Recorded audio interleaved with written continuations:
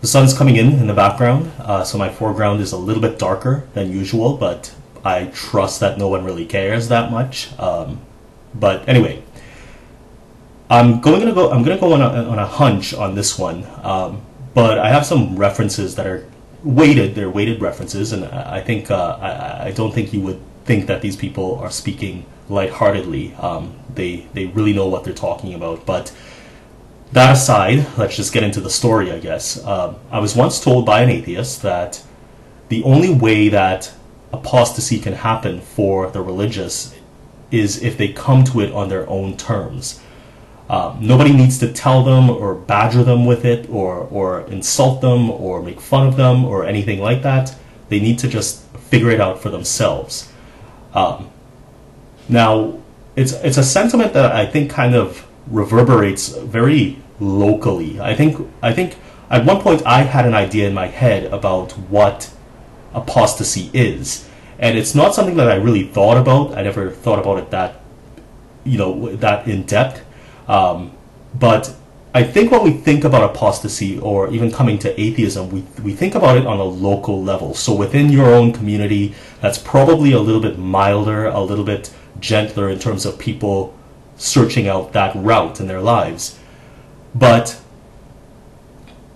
the truth of the matter is, if you think about it, and what kind of got me thinking about it was Maajid Nawaz's quote in an interview he did, where he said, you can't expect 1.6 billion people to apostatize overnight.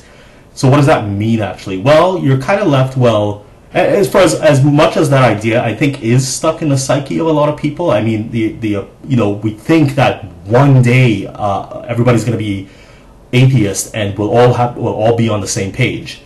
So that one day is coming, But I think what we miss is that the apostasy is actually happening. This is what apostasy looks like. It looks like secular and atheist bloggers in Bangladesh. It looks like blasphemy crimes in Indonesia. It looks like Raif Badawi in Saudi Arabia. This is what apostasy is, and this is them coming to atheism and apostasy on their own terms. This is what it looks like.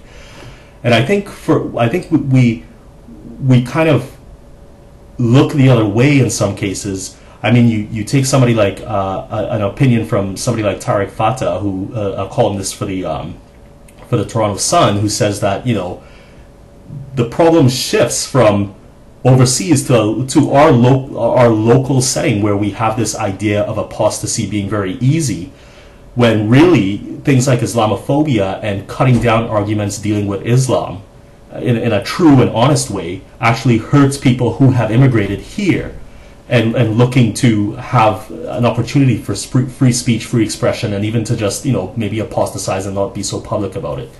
So it's a problem that's occurring all over the world, and this is what apostasy looks like. This is what it looks like. It's bloody. It's murderous. It's insane. And I think we kind of have to keep that in mind.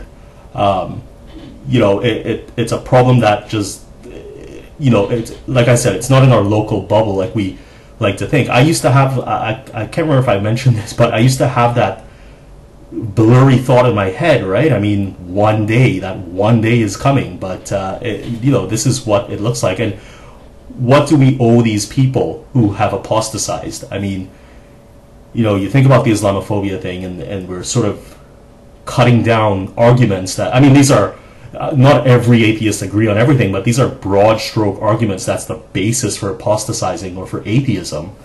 And what we do is we cut down that opportunity for people to feel free to express those ideas when we use terms like Islamophobia and conflate criticism of of Islam with more serious threats and and violence, etc., etc. So that's my video. It turned out to be shorter than I expected, but that's essentially what I want to say. I don't think I want to add too much else. So yeah, that's it. I don't think we're going to see Saudi Arabia and Iran just snap out of it one day, and then we're all on the same page again. But I think that's kind of like what I wanted to say. Anyway, that's all. Bye.